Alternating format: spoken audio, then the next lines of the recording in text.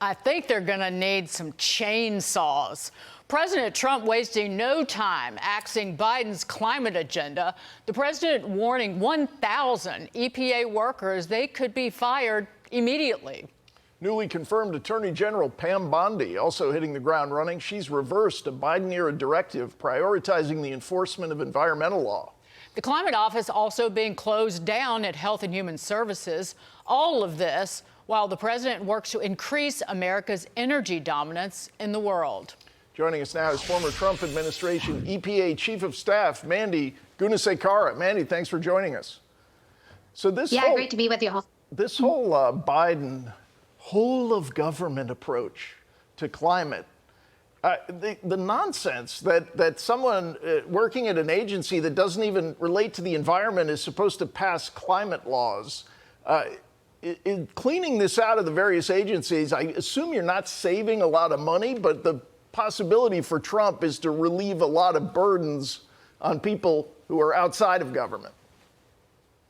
Yeah, what we're seeing is a breath of fresh air, and getting rid of these superfluous offices and superfluous roles is indicative of the fact that the climate change agenda under President Biden was an absolute distraction. This is why you had agencies like FEMA that didn't show up and help American citizens need after a natural disaster. It's why you had places like EPA that didn't show up at East Palestine, Ohio, and left the people there, the local community, to deal with an environmental situation that they know how to deal with because they've dealt with in the past. Climate change was used to expand left-wing radical ideas, and you had the Biden administration selling out U.S. interests to the globalists at the United Nations. President Trump, he's getting rid of it and not wasting any time, focusing the ENRD division over at the Department of Justice on enforcing the rule of law. That is their mission, and that's what the American people expect. And that is very important when it comes to balancing out environmental protections alongside unleashing U.S. oil and gas to boost the economy in the America First vision that President Trump was voted on to change and implement in Washington, D.C.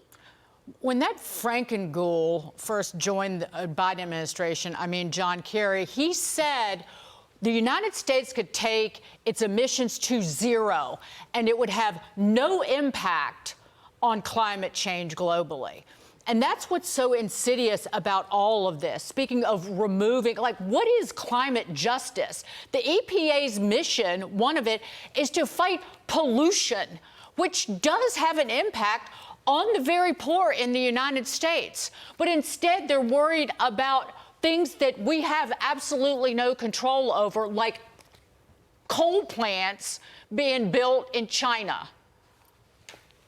Yeah, that's exactly right. And there are very legitimate roles and programs at EPA focused on helping vulnerable communities that have been on the receiving end of legacy pollution for a long time. There's a program called the Superfund program. President Trump turned it back on in the last administration. And I know they're gearing back up to turn it back on in this administration because that changes people's lives. But look, focusing on climate change, it turned into a money laundering scheme for Democrats to expand their political preferred parties and their relative power. Like USAID, which has gone on for decades upon decades.